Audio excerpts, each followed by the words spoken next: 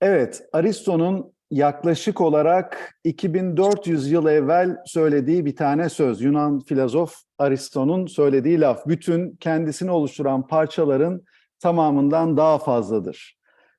Acaba bu söz takımlar için geçerli mi? Yani bütünü bir takım olarak alırsak ve parçaları da takım oyuncuları olarak ve lider olarak alırsak acaba geçerli mi? En azından toplamına eşit mi? Yani o takım oyuncularının performansını baz aldığımızda, topladığımızda bir takım performansı o toplama ulaşıyor mu veya üzerine çıkıyor mu? Bu soruya cevap vermeye çalışacağız. Acaba Aristo'nun söylediği bir şehir efsanesi mi değil mi? Google'ın yıllar evvel odaklandığı ve bu sözden esinlenerek üzerinde çalıştığı, geliştirdiği ve belki dünyada birçok kuruma referans olan, ilham olan Aristo projesi acaba sadece istisnai birkaç örnek mi yoksa bunun uygulamaları, bunun gerçeği görebiliyor muyuz? Buna odaklanacağız.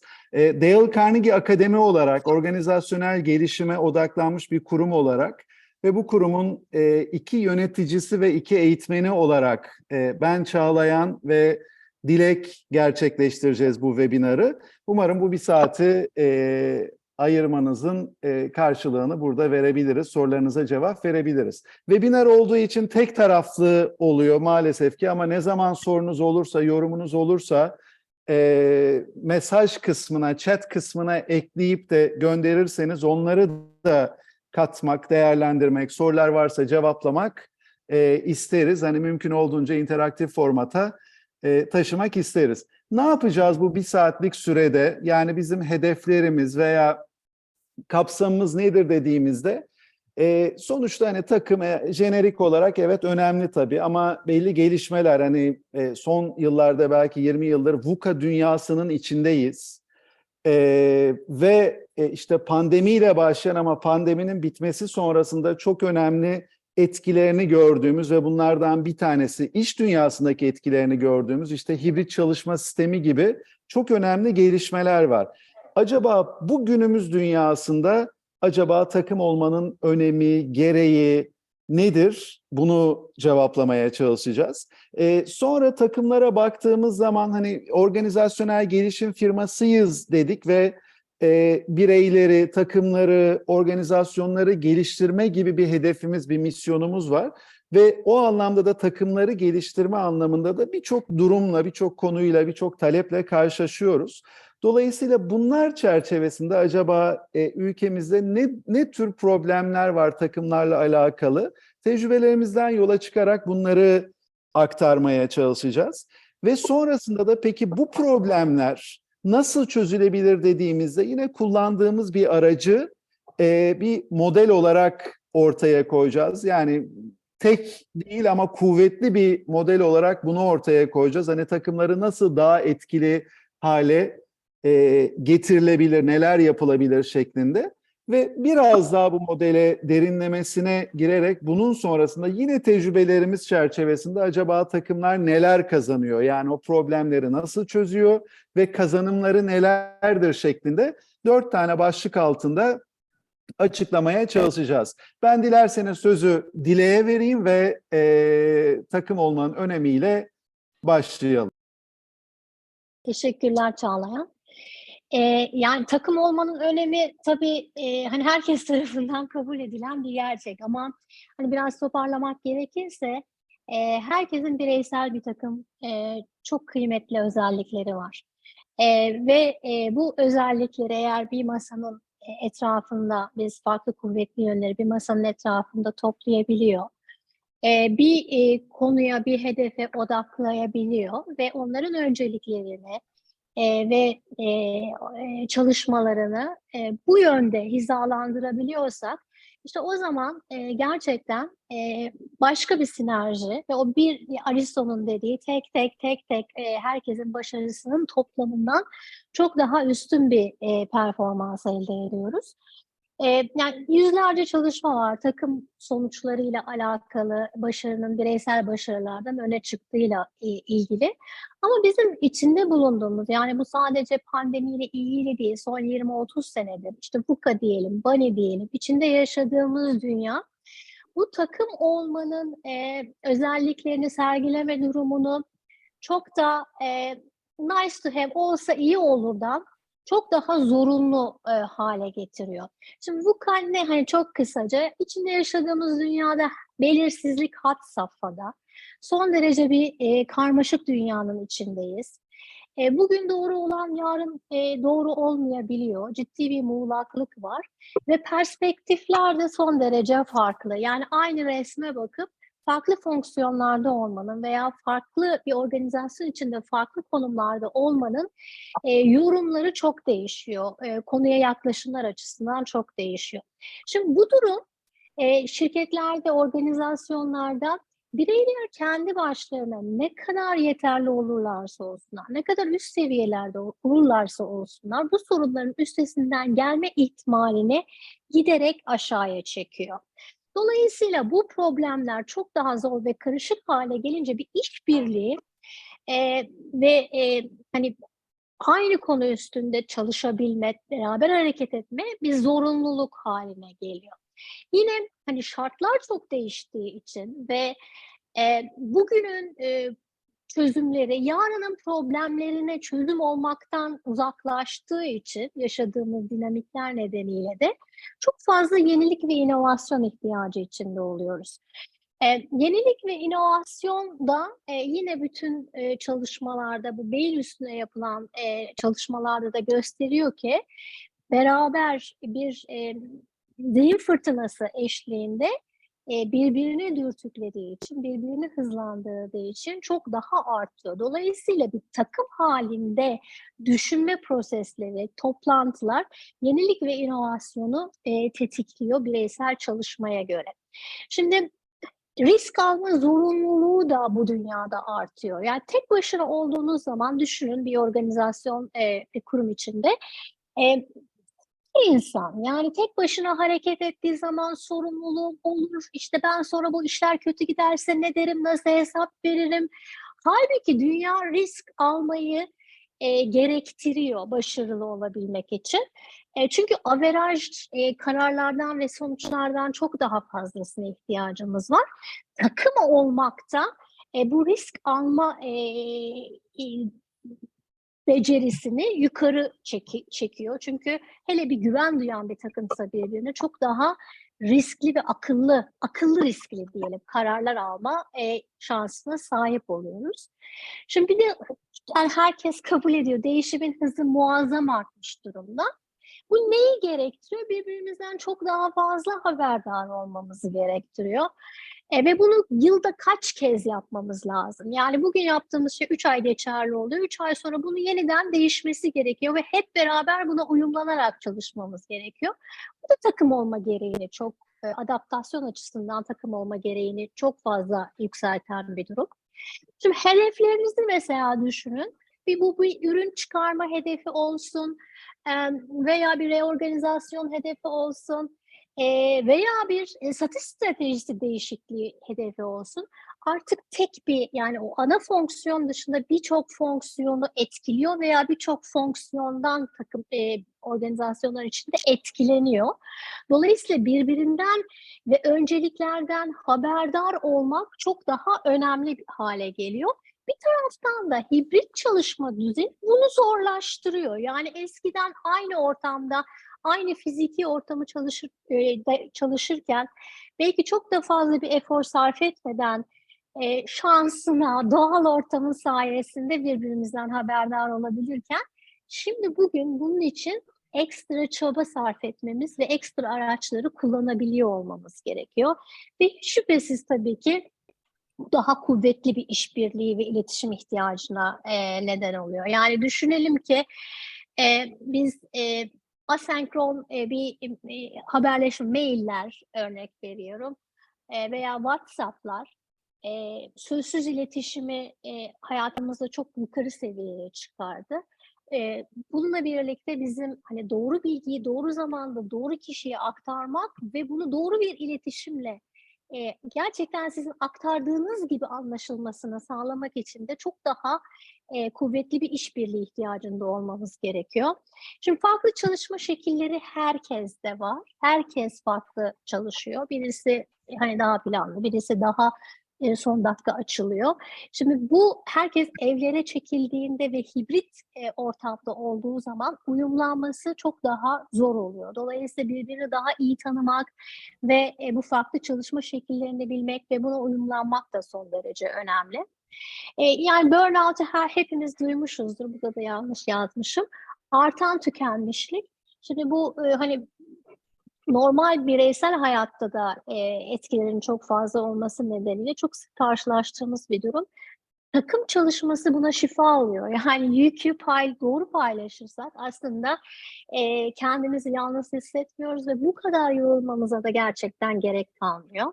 Yine pandeminin bize getirdiği en büyük zorluklardan bir tanesi, yani daha önceki webinarlarımızda çok konuştuk. Hani David Rock'ın dediğimizde sosyal izolasyon bizim becerilerimizi oldukça aşağıya çekiyor.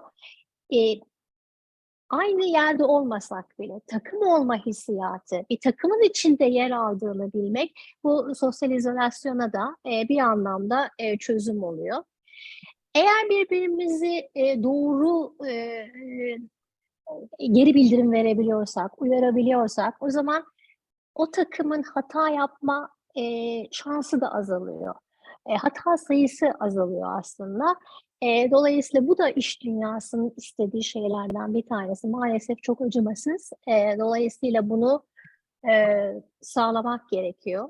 Bunu düşürmek gerekiyor hatayı. Hatalardan öğrenmek gerekiyor. Bireylerin her birinin çok daha yetkin olmasını istiyor içinde bulunduğumuz dünya. Takım içinde birbirinden öğrenme çok daha fazla. Buna çok ihtiyaç var. Bütün bu sebeplerden dolayı da hani Çağlayan sen de belki katılacaksın, siz değerli izleyicilerimiz de katılacak. Biz görüyoruz ki kurum değerleri içinde takım olmak her zaman kinden çok daha fazla yer alıyor ve takım halinde çalışmak gerek yetkinlik setlerinde gerekse organizasyonların değerleri içinde yerini gün geçtikçe kuvvetlendiriyor.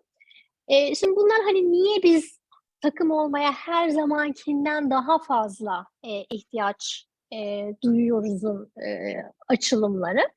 Peki hani bu noktada takımları nasıl etkiliyor bu şartlar? Takımların mevcut durumu bu çerçevede ne alemde? Biraz Çağlayan belki sen de tecrübelerinden bunu bizimle paylaşabilirsin. O dakika. Aferin sana.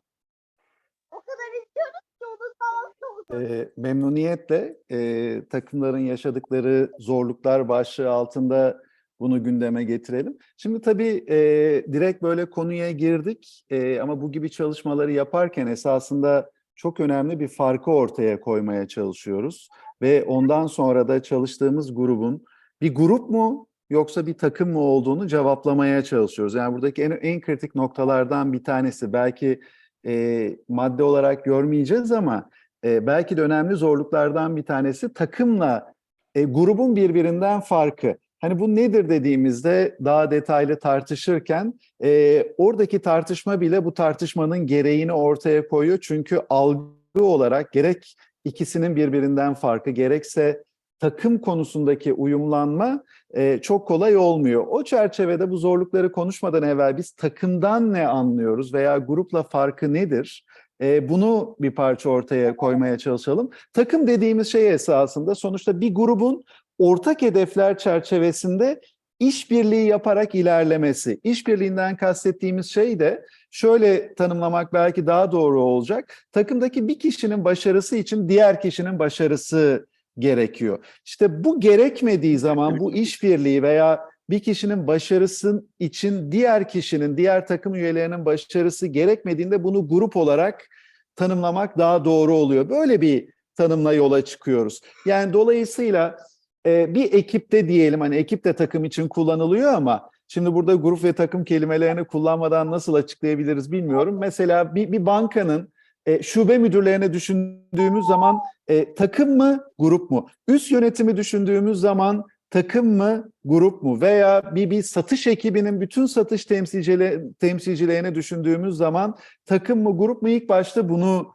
cevaplamak gerekiyor. Ve ne olmak istiyorlar? Hedef nedir? Dolayısıyla özetlemek gerekirse takım dediğimiz şey ortak hedefe sahip olmak ve bir tarafta da o hedefe ulaşabilmek için herkesin, yani her bir kimsenin başarısı için diğer kimselerin de başarısının gerekli olduğu ve dolayısıyla da işbirliği yapılması gereken bir durumu konuşuyoruz takımı tanımladığımız zaman. Şimdi bu anlamda böyle bir takımın bu noktaya ulaşabilmesi için ne tür zorluklarla karşılaşıyorlar? Şimdi bu maddeler tabii ki sıralasak artar.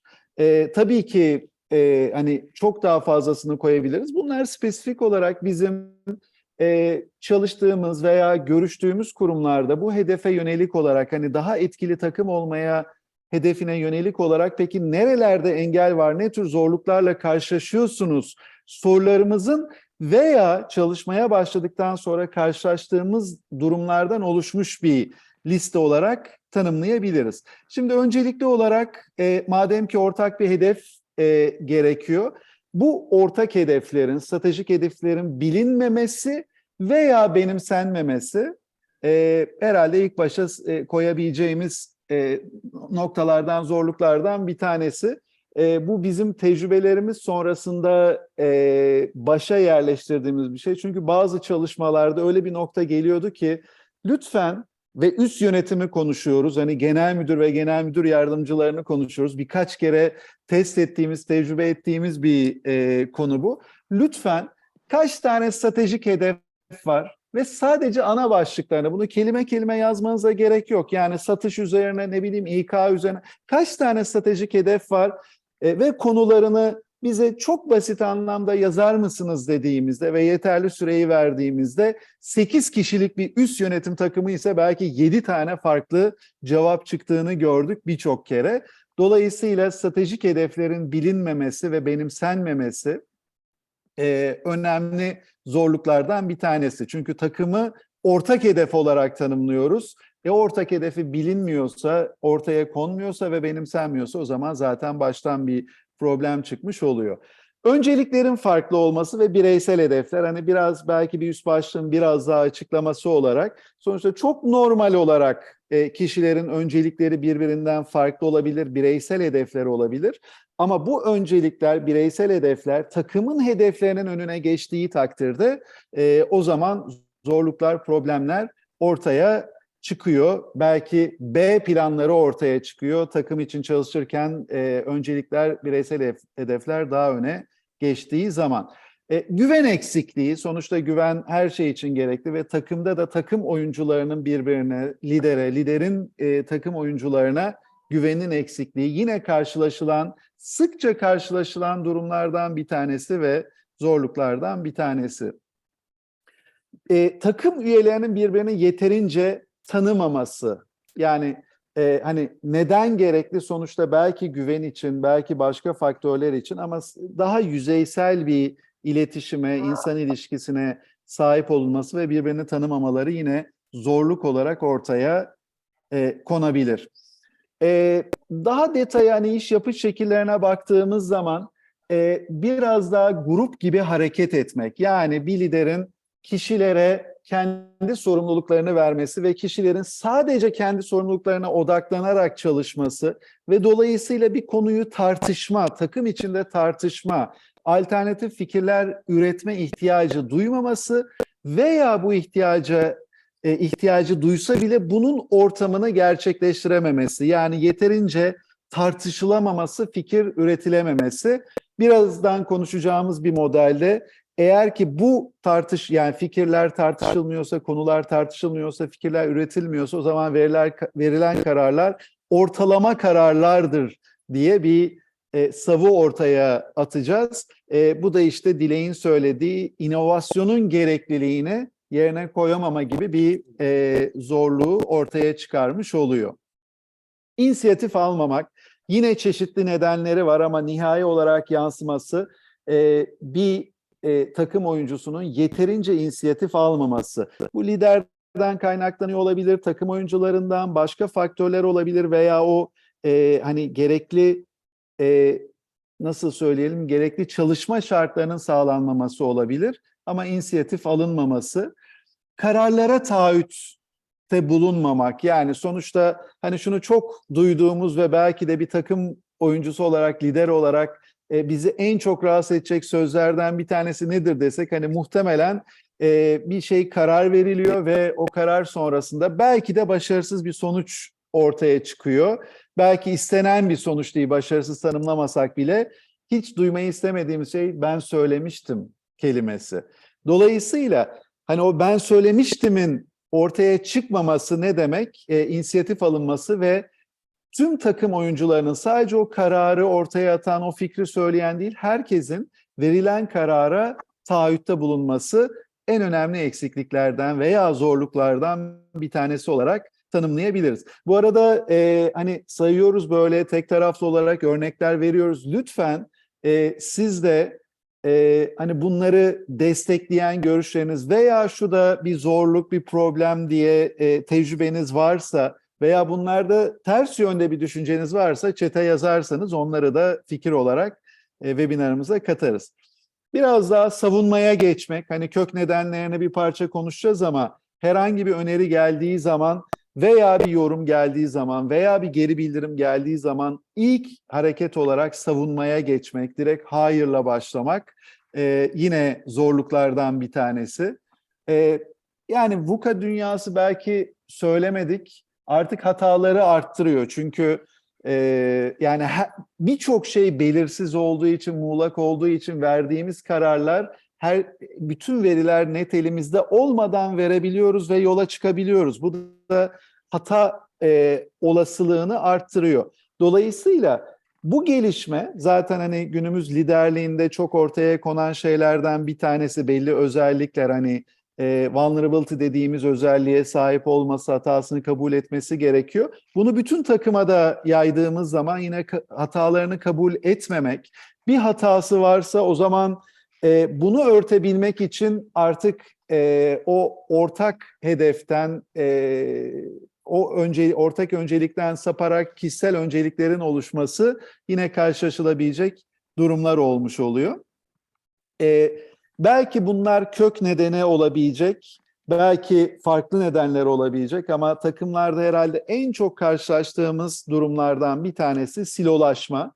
Hani biraz daha açarsak o zaman bu iki açıdan karşımıza çıkabilir. Takım içinde bir gruplaşmanın söz konusu olması veya özellikle üst yönetimi düşündüğümüz zaman üst yönetimin üyelerinin kendi takımlarının içindeki silolaşma. Yani örnek vereceğim, bir tarafta satış, bir tarafta da üretim ekibi varsa ve bu ekiplerin yöneticileri üst yönetim içinde yer alıyorsa, o zaman yine bu veya farklı nedenlerden dolayı bu iki ekip arasındaki silolaşma da herhalde bu saydıklarımız içinde en sık karşılaştığımız problemlerden bir tanesi.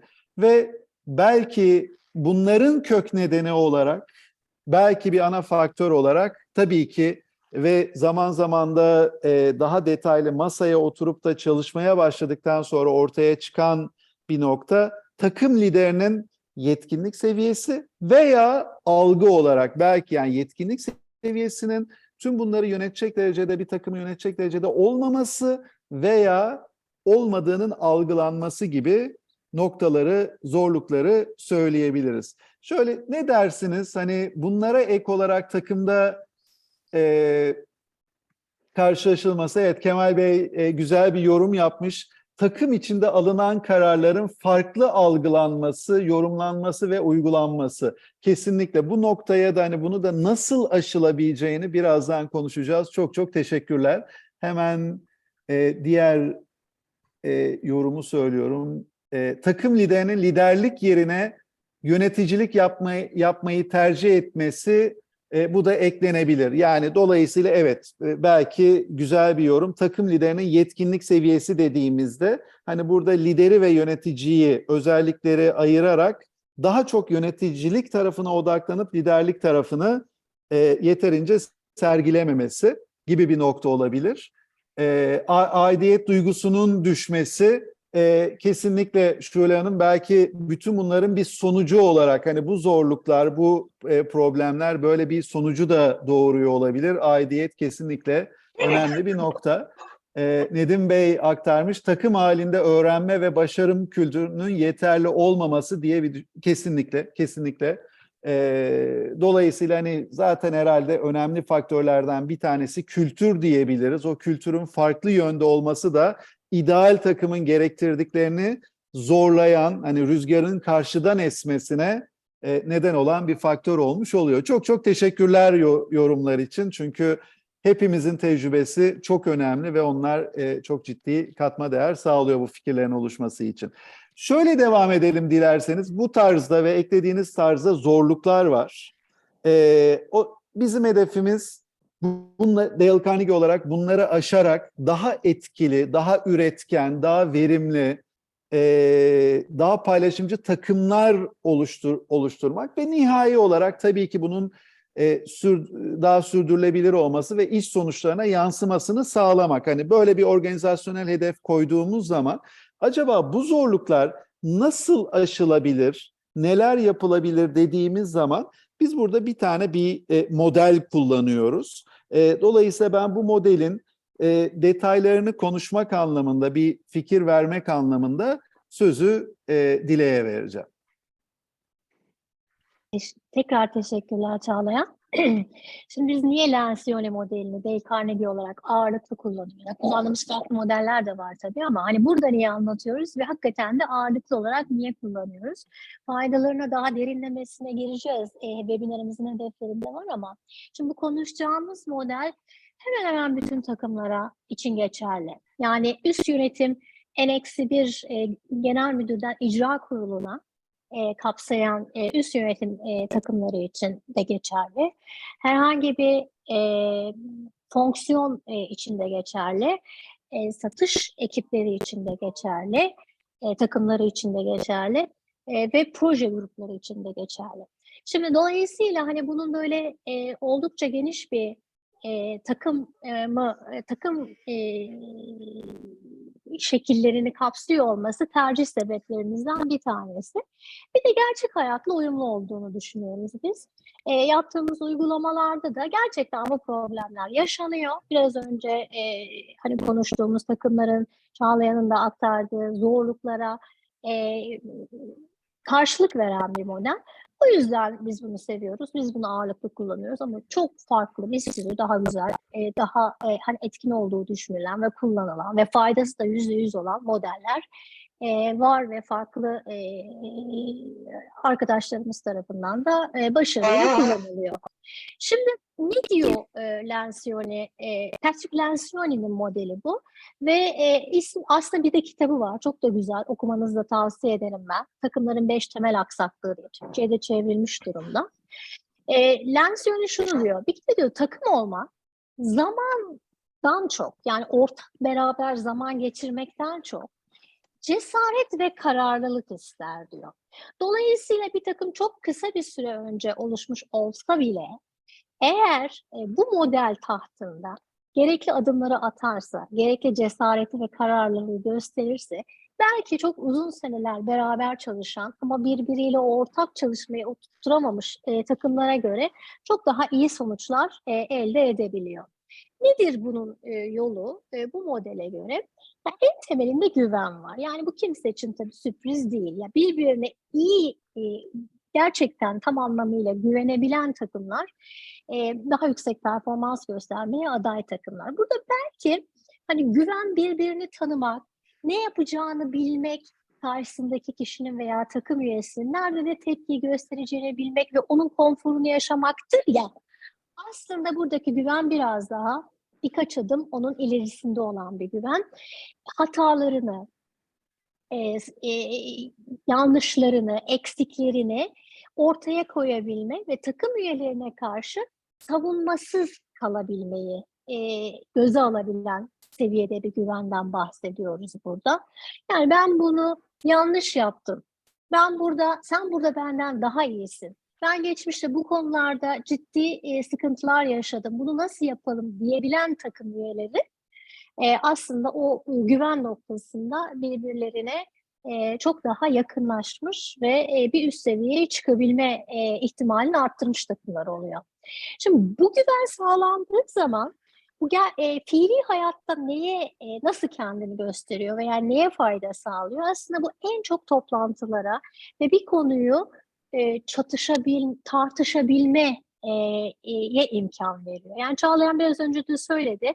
Hani içinde bulunduğumuz dünya o kadar çok talepkar ki, o kadar çok şey istiyor bizden ve belirsizliği o kadar fazla ki gerçekten her konunun çok farklı perspektiflerden tartışılması, farklı bakış açılarıyla değerlendirilmesi ve o masada olan herkesin ortak aklına ihtiyaç duyan seviyede çözümler istiyor. Anladım. Şimdi böyle olduğu zaman eğer o insan bir takımın içinde o masanın başındaki ekipler akıllarına gelen bir şeyi masadaki herhangi birinin Zülfiyar'ına dokunacak diye söylemezse ve bundan imtina gösterirse o zaman bir veri, bir bilgi, bir ihtimal hakikaten masa dışında kalmış oluyor ve sonuçlara etkileniyor. Bu durumda da hani konunun hem derinlemesine hem de sıklıkla yani her konunun bu anlamda tartışılmasına imkan olan bir durum söz konusu olmuyor. Bir sürü insan fikrini toplantıdan çıktıktan sonra belki su sebilinin başında ya ben aslında şöyle düşünüyordum ama hani söylemedim şeklinde dile getiriyor. Bu da tabii muazzam bir enerji kaybı, bilgi kaybı ve verimlilik kaybına yol açıyor. Bu konular ne olursa olsun iyice tartışılamadığından veya buradan bana kişisel bir zarar gelir korkusundan hareketle de işte bu alınan kararlara gerektiği kadar taahhüt vermek de söz konusu olmuyor. Yani arkasında durmak da söz konusu olmuyor. Biraz önce Kemal Bey söyledi galiba. Şimdi bu konu o kadar iyi tartışılmadığı ve üstünden geçildiği zaman da toplantı bittiğinde ne karar alındığının bile algısı herkesin kafasında net olmuyor. Dolayısıyla burada hani lidere de çok önemli bir şey düşüyor. Hani biz neye karar aldık? Bu karar bizim hangi hedeflerimizi destekliyor? Hangi hedeflere gitmemizi sağlıyor? Artı biz buna gidebilmek için önceliklerimizi nasıl uyumlandıracağız? Yani benim senin iş gücüne ihtiyacım olduğunda, bu senin kendi işinle çatıştığında sen nasıl bir önceliklendirme yapacaksın? Gibi konuların netleşmesi gerekiyor. Şimdi bunlar netleştiği zaman insanlar o zaman baştaki fikir kendi fikri olmasa bile kendini elini taşın altına sokmuş olarak hissediyor. Ve bu noktada da o alınan karara bağlılığı, taahhüdü artıyor. Tabii şimdi her zaman böyle de karar alsak da hata olabilir. Alınan karar yanlış olabilir. Ama burada önemli olan ve fark yaratan şey şu. Takım üyeleri birbirlerine güven seviyeleri çok yüksek olduğu için ve her konuyu çatışabildiklerine inandıkları için çıkan karar hatalı bile olsa zamanında bu karardan dönerek yeni bir karar alabileceklerini ve bununla ilgili kimsenin de bunu kişisel sorun haline getirmeyeceğini biliyorlar ve bu konuda rahatlar. O yüzden de taahhüt vermek burada biraz kolaylaşıyor. Taahhüt verdikten sonra yani evet alınan kararı desteklemek ve takıma bu kararla ilgili güvenmekten sonra accountability dediğimiz, hani bunun İngilizcesini söylemek istiyorum çünkü eminim ki burada birçok İK'cı var ve onun içinde kendi şirketlerinin yetkinlik setlerinin içinde accountability, sorumlu tutulmak çok önemli bir yer alıyor. Bize de çok fazla gelen taleplerden bir tanesi geliştirmek üzere. Peer to peer yani paraleldeki takım üyelerinin birbirini sorumlu tutabilmesi çok kritik bir önem taşıyor. Şimdi herkes taahhüt verdi ya, artık konu kimin ana sorumluluğuna giriyorsa, örnek veriyorum tedarik zinciriyle ilgili bir karar alındı ama bu takım hedeflerini son derece etkiliyor. Herkes bunu konuştu. Şimdi orada yapılması gereken şeyleri yapılmadığı durumda, yerine getirilmediği, geciktiği durumda bunun hesabını sorma. Hesabını sorma belki kuvvetli bir kelime ama hani burada ne oldu? Biz bu kararı almıştık, böyle bir karar almıştık. Bunun gecikme sebepleri nedir diye bunu tekrar tartışmaya açma yetkisi genelde hep liderde. Ondan bekleniyor. O yapılmadığı zaman da, lider bunu yerine getirmediği zaman da takımdaki herhangi biri bunu üstlenme konusunda çok da istekli olmayabiliyor. Mesela bizim konuşacağız belki bir sonraki kısımda. En zorlandığımız kısımlardan bir tanesi bu. Oysa bu model diyor ki senin uzmanlık alanın dışında olabilir. Senin aklına, bilgine, tecrübene biz artık bu dünyada sadece senin sorumluluk alanında ihtiyaç duymuyoruz. Bundan çok daha ötesinde ihtiyaç duyuyoruz. O yüzden lütfen birbirimizi geliştirelim, birbirimizi kontrol edelim ve takım hedeflerine varabilmek için de bununla ilgili mekanizmaları geri bildirim vermeyi aktif bir şekilde kullanalım. Şimdi bunu yapabilen, bu anlamda hani sadece bu yetkinin takım liderinde olmadığı, takım üyelerine de paylaştırıldığı durumlarda iş sonuçları scoreboard oluyor. Yani ne demek istiyorum? Bir maçta mesela, çok da maç bilmiyorum ama inşallah bir şey yapmam, yanlışlık yapmam.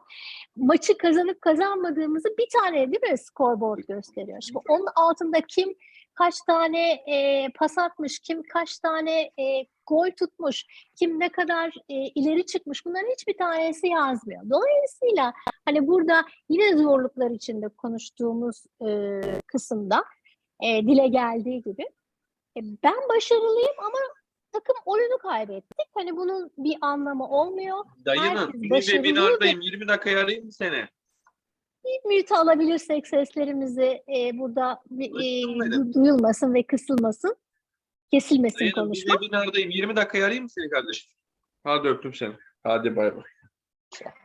E, Seslerimizi mute alırsak aradaki telefon görüşmeleri webinara yansıyor. İsterseniz ona bir dikkat edelim.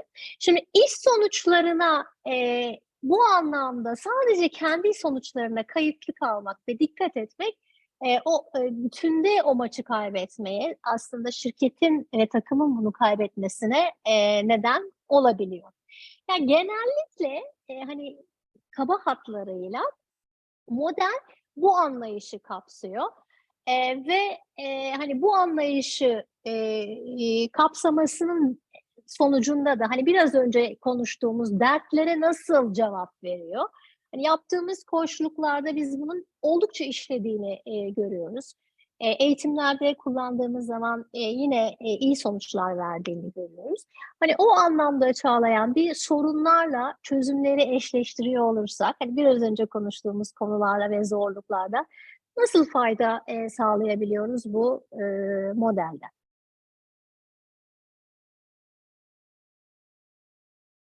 Teşekkürler. Geçmeden, ikisini eşleştirmeden orada fayda sağlaması anlamında şu eklemeyi yapayım.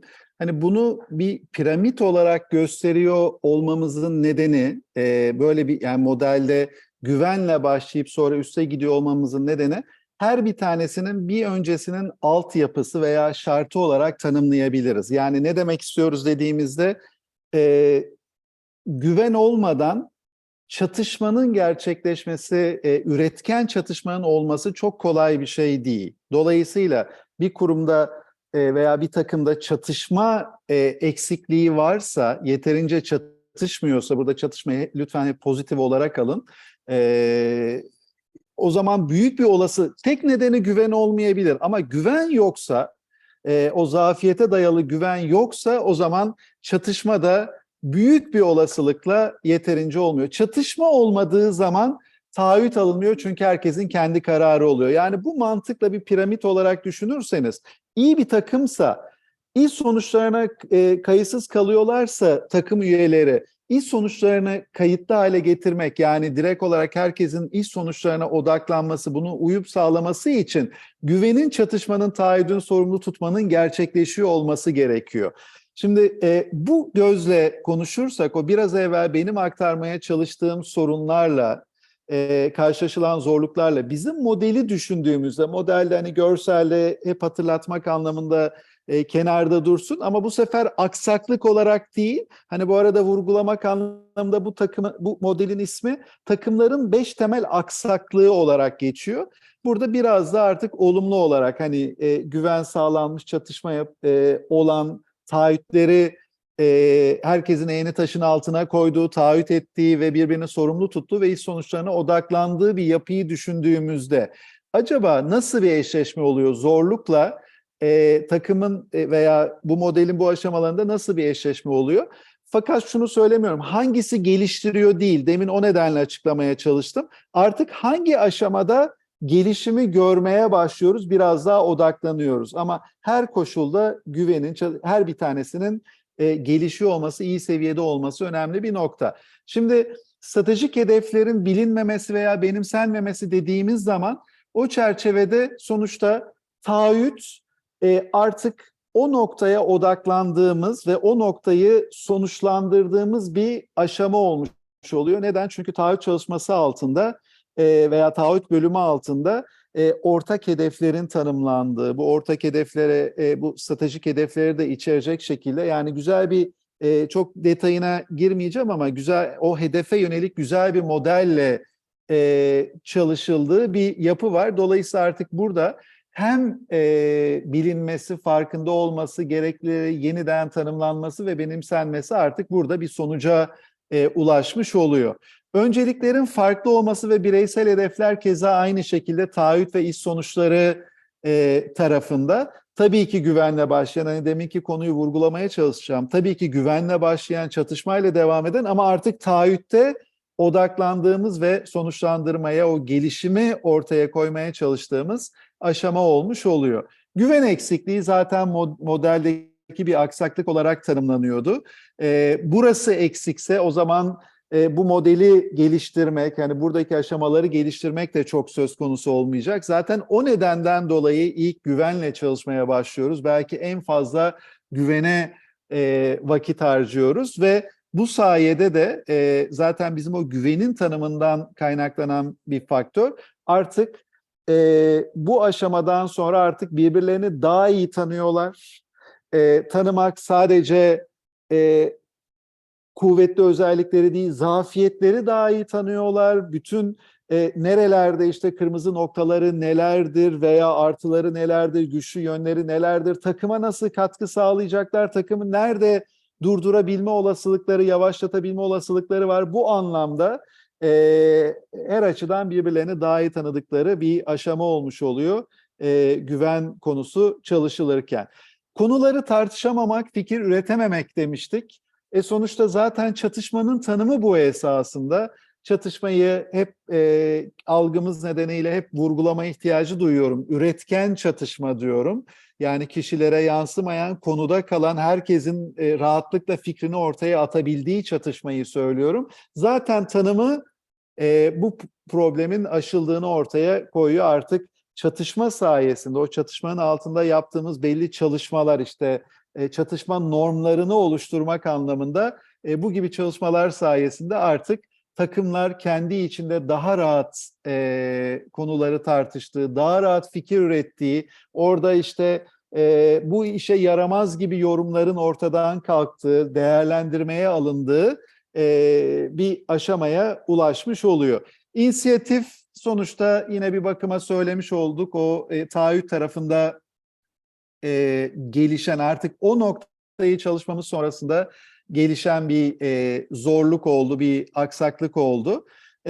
Bu da hani kararlara taahhüt vermemek de zaten baktığımızda hani bizim modelimizin 3. aşaması, o taahhüdü hani karar kendisinin değilse, çünkü kendi kararıysa o zaman taahhüt daha kolay oluyor ama kendi kararı değilse o zaman o kadar kolay olmuyor. İşte o güvenin sağlanması üzerine çatışma ortamının oluşması sonrasında verilen kararlarda artık karar kendisinin olsun veya olmasın herkesin vermesini sağlıyoruz. Savunmaya geçmek, sonuçta düşündüğümüz zaman hani kök nedeni nedir dediğimizde yine kişilerin belki belli zafiyetin ortaya çıkması, belki eleştirilmesi, belki olumsuz geri bildirim alması, belki bunun performansına yansıması gibi endişeler belki de o savunmanın kök nedeni olacak. O çerçevede güven sağlandıkça artık bu gitgide azalıyor ve insanlar daha rahat dinliyorlar, daha rahat kabul ediyorlar, görüşlerini daha rahat ortaya koyuyorlar. Keza hataları kabul etmek de veya etmeme zorluğunun çözümlenmesi de güvenle sağlanan bir faktör olmuş oluyor.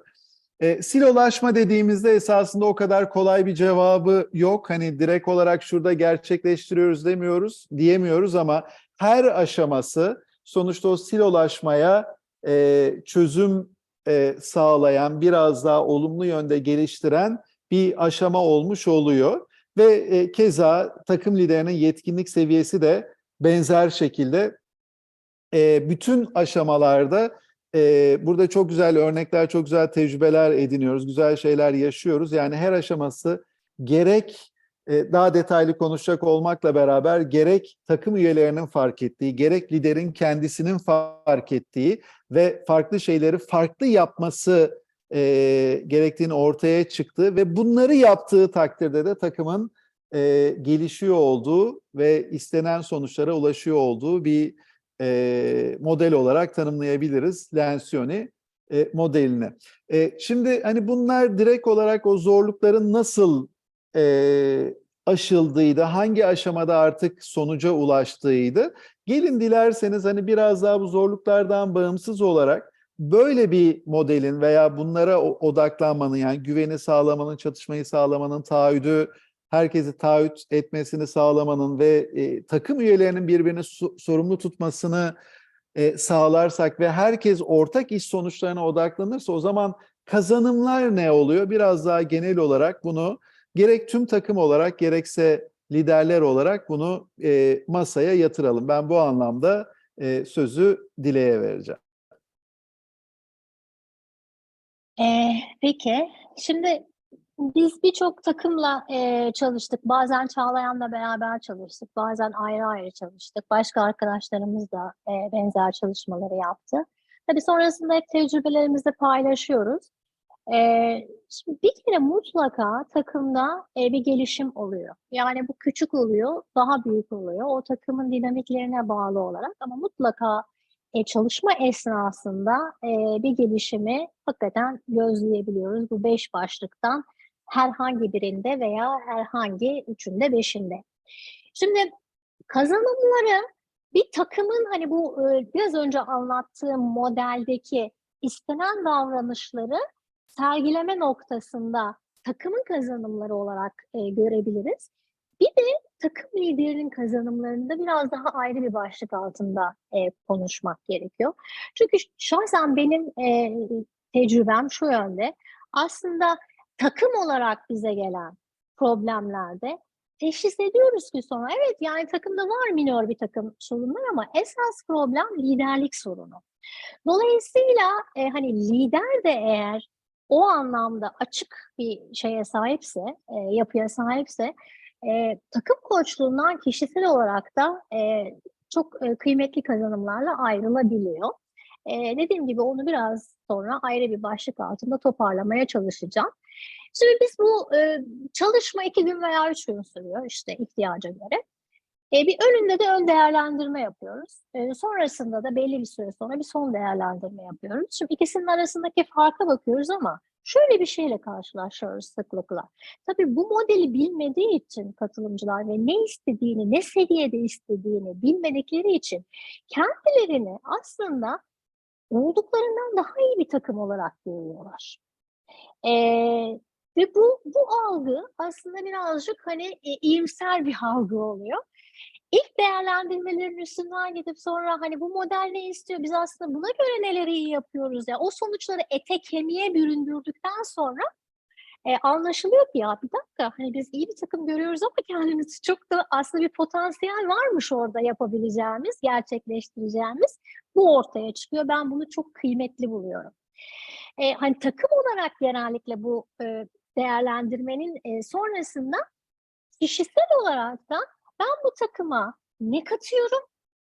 Bu takımın hangi noktalarda davranışlarımla eğilimlerimle geri çekiyorum, aşağı indiriyorum. Bu da ortaya çıkıyor.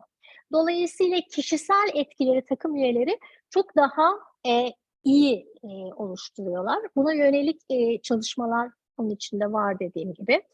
Şimdi birbirini tabii daha iyi tanıyor ama bu hakikaten yüzeysel bir tanıma değil. Burada ben katılımcılardan bu çalışmaya katılanlar olduğunu da görüyorum. Onlar da teyit edecektir. Hani ben şunu çok sık duydum örneğin çalışmalar esnasında. Yanındaki arkadaşın bunu bana ne zaman söylemeyi düşünüyordun kendinle ilgili diye sistemkar yorumları da duyuyoruz. Dolayısıyla hani iş hayatında insanlar hakikaten buna çok da vakit bulamıyor. Bu çok böyle hızlı ve yapısal bir şekilde birbirini iyi tanımayı arttırıyor. Şimdi tabii bu hani insanlar zafiyetlerini falan ortaya koyunca o iş hayatının zırhlarından biraz orada arındıkları zaman insan olduklarını hatırlıyorlar. Arkadaşının da insan olduğunu hatırlıyor. Yöneticisinin de insan olduğunu hatırlıyor. Onun da bir takım zorluklar yaşadığını görüyor. Ve bu mesela sıkça bize siz bu programdan ne kazandınız diye sorduğumuzda gelen cevaplardan bir tanesi hoşgörü seviyesi artıyor. Eskiden çok daha toleranssız olan ekiplerde birbirlerine çok daha hani sert ve sıkı iletişim içinde olabilen ekiplerde bu hoşgörü hakikaten artıyor. Şimdi tartışmanın hani önemini konuştuk, niye ihtiyaç duyduğumuzu da çok konuştuk. Burada herkes konfor alanı tartışma esnasında toplantılardaki konfor alanlarını fark ediyor. Örneğin birbirine karşı mesela bizim kendi ekibimizde bu böyleydi. Birbirini kırmaktan çok daha korkan, çok daha endişelenen ekipler, hakikaten üzmek istemeyenler daha sessiz kalabiliyor. Ama günün sonunda bu takımın aleyhine bir durum olarak ortaya çıktığının anlaşılmasıyla birlikte hani alınan kararlar, tartışmanın daha efektif olmasına yönelik alınan kararlar takımı konfor alanının dışına itiyor. Hani bu görev atfediliyor. Mesela biz bir şeytanın avukatı diye bir şey seçmiştik. Bunu aşabilmek için bir karar almıştık toplantılarımız esnasında. Buna yönelik hani aslında konfor alanının dışına çıkaran ve insanları zorlayan ama faydada mutabık kaldıkları bir takım çatışma normlarını oluşturma şansı veriyor ve bundan da faydalanıyorlar. Şimdi ortak hedeflerde hizalanmak çok önemli. Yani stratejik hedefler bilinmiyor. Hani onlar ortaya konduktan sonra da en önceliklimiz ne? Bizim birinci ulaşmamız gereken hedef ne ve hepimizin kafasının bir kenarında bireysel hedeflerimiz dışında takım hedefi olarak bu nedir? Ne zaman gerçekleşecektir? Netleşiyor ve o zaman her şey çok daha anlaşılabilir, neyin neden yapıldığı fark edilebilir duruma geliyor. Yine hani ekipleri en zorlayan şeylerden birisi birbirine, takım üyelerinin birbirine geri bildirim ve ileri bildirim vermesi. Hani bunu biz muazzam derecede altını çizerek program esnasında çalışıyoruz. Uygulamayla bu engeli aslında ilk konfor alanının dışına bir program esnasında itiyoruz. Bu sayede de aslında hani bunun bu kadar da doğru formatını tabii aldıktan sonra, doğru iletişimini gördükten sonra, nasıl yapılacağını gördükten sonra bunun faydası da hem kişisel gelişim açısından hem de başkasının gelişmesi açısından yapılabilir bir şey olduğu anlaşılıyor. Yani bir kere takım içindeki güven mutlaka artıyor. Güven seviyesi mutlaka artıyor. Bunun artık geri dönüşü yok. Yani o kararlılığı ve cesareti gösterdikten sonra bu mutlaka her takımda dediğim gibi farklı seviyelerde olmakla birlikte artıyor ve bir gelişim söz konusu oluyor. Şimdi programlardan önce genellikle biz bu programın ne istediğini ve program esnasında da takım liderinden ne beklediğimizi konuşuyoruz ve anlatıyoruz. Çünkü takım liderinin de bu programla birlikte etkisi, takım üstündeki etkisi, başarısı üstündeki etkisi çok daha ortaya konuyor. Ne kazanıyor takım lideri aslında bununla birlikte? Takım liderinin kendi ni açabilme becerisi, yani başkalarına güvenebilme ve kendini güvende hissedebilme seviyesi tamamen takımın güven seviyesi üstünde son derece belirleyici bir faktör.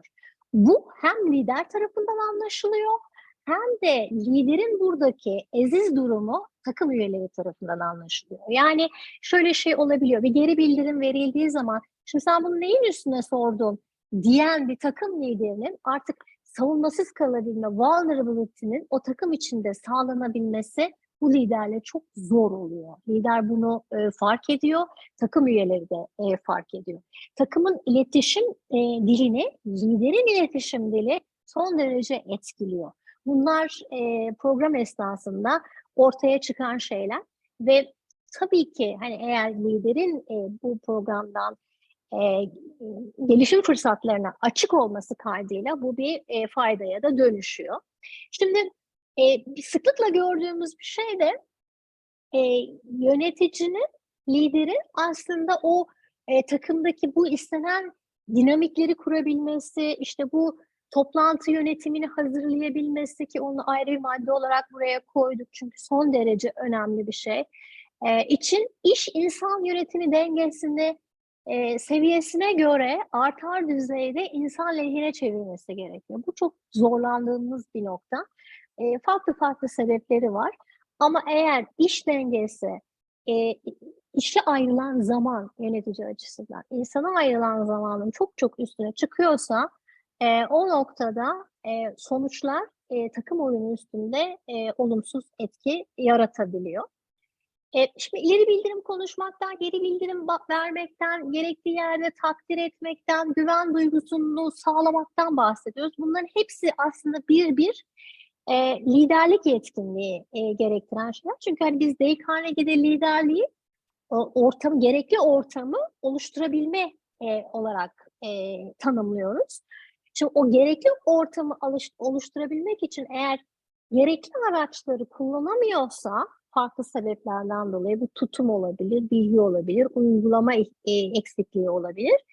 Bu da çok çıkıyor ortaya. Yani biraz kral çıplak diyoruz diye gözüküyor ortada. Bu da hani o program sonrasında liderin kendisini hangi alanlarda geliştirmesi gerektiği konusunda güzel bir veri sağlıyor. Şimdi bu Lencioni modelinin verdiği birçok şey aslında toplantı kültürüyle hem kültürünü etkiliyor hem toplantı kültüründen etkileniyor. Yani nerede konuları tartışacaksınız, nerede birbirinize güvendiğinizi ortaya koyacaksınız. Hani bunların hepsi doğru bir toplantı sistematiği ve kültürüyle oluşturulabilecek bir şey. Burada da en fazla aslında etki alanı yine liderde. Yani bize mesela geçen hafta mı ondan önceki hafta yaptığımız takım koçluğunda dedi ki bir yönetici, vallahi ben dedi toplantıya giriyorum. Bazen hangi toplantıda neden olduğumu da anlamıyorum. Yani hiç hatırlamıyorum. Sadece orada o ajandama girildiği için orada bulunuyorum. Şimdi bu çok hani verimsiz, sürdürülebilir bir şey değil. Dolayısıyla bunun düzenlenmesiyle ilgili inisiyatif kimin elinde? Yöneticilerin, liderlerin elinde en yukarıdan bölüme kadar. Dolayısıyla bizim performansımızı arttırabilmemiz için buna ihtiyacımız var.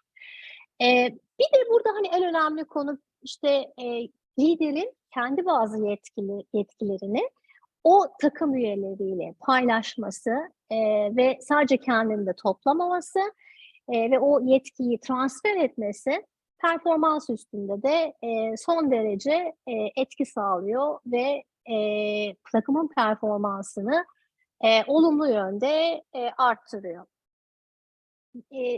Yani ez cümle bu program sonunda takım bu model kapsamında hani birbirine daha iyi güvenen, daha iyi konuları tartışan, birbirine aldığı kararlara bağlı kalabilen, birbirini sorgulayabilen ve sadece kendi sonuçlarına değil, bütün takımın ortak sonuçlarına odaklanabilen bir takım olmanın dışında lidere de ciddi kazanımlar sağlayabiliyor.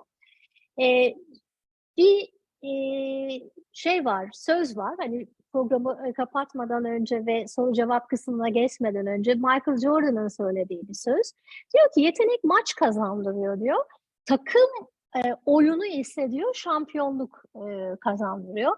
Şimdi bizim maç kazanmaktan öte bu günde hakikaten birçok kez şampiyon olmamız gerekiyor birçok anlamda. O yüzden takım oyunu ve takım becerileri son derece önem arz ediyor. Bugün biz bu takımla alakalı, takımın ortak olarak sergilemesi gereken davranışlara bir model tahtında cevap vermeye çalıştık. Bundan sonraki 2 webinarımızı da hani konunun önemi ve hani bize gelen talepler açısından yine takım olmaya farklı perspektiflerden bakarak gerçekleştireceğiz. Bir tanesi liderlik perspektifinden bakacağız. Yani acaba herkesin o kuvvetli yönünü, bir takım oyununun gerektirdiklerini ne yönde nasıl paylaştırarak, nasıl ortaya katarak lider dahi takımlar oluşturabilir? Bunu bir tartışacağız. Bir de takım üyesinin perspektifinden bakacağız. Hani bu modelin istediği bu davranışları sergileyebilmek için benim ideal takım oyuncusu olarak hangi özelliklere sahip olmam lazım? Nelere dikkat etmem gerekiyor? Veya bir takım oyuncusu olmamın önündeki engeller neler? Bunları yine tartışıyor olacağız. Bu konuyla ilgili hani kapatmadan önce programı zannediyorum 2-3 dakikamız var, geç başladık.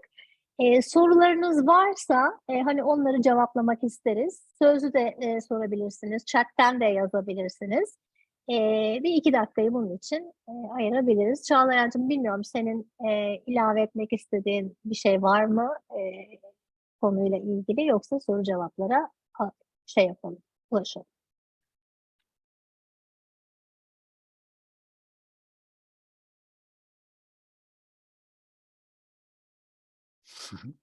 Unmute etmemişim.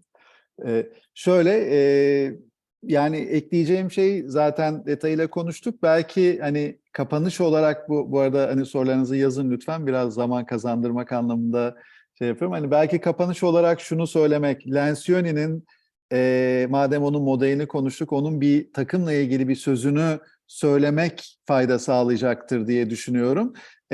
Daha iyi bir takım olma cesaret ve kararlılık işidir diyor. Ben mesela bu söze ilk başta tam anlam verememiştim ama bu modelle çalıştığımız zaman bu sözün ne kadar geçerli bir söz olduğunu görmeye başladım. Yani gerçekten kararlılık ve cesaret, bir de bunlara odaklanmak takımı iyi noktaya getiriyor diyebilirim. Bir sorumuz var? Yok. Teşekkürler Nurcan. Herhalde soru alamadık. Peki. Umarım hani eğitmenlikte soru olmamasının 2 tane temel nedeni oluyor. Ya her şey o kadar net ki artık soracak bir şey yok veya tam tersine hiçbir şey anlaşılmadı. Birincisinin olduğunu ümit ederek herkese çok çok teşekkürler ediyoruz katılımları için ve daha sonraki webinarlarımızda buluşmak üzere dileyelim.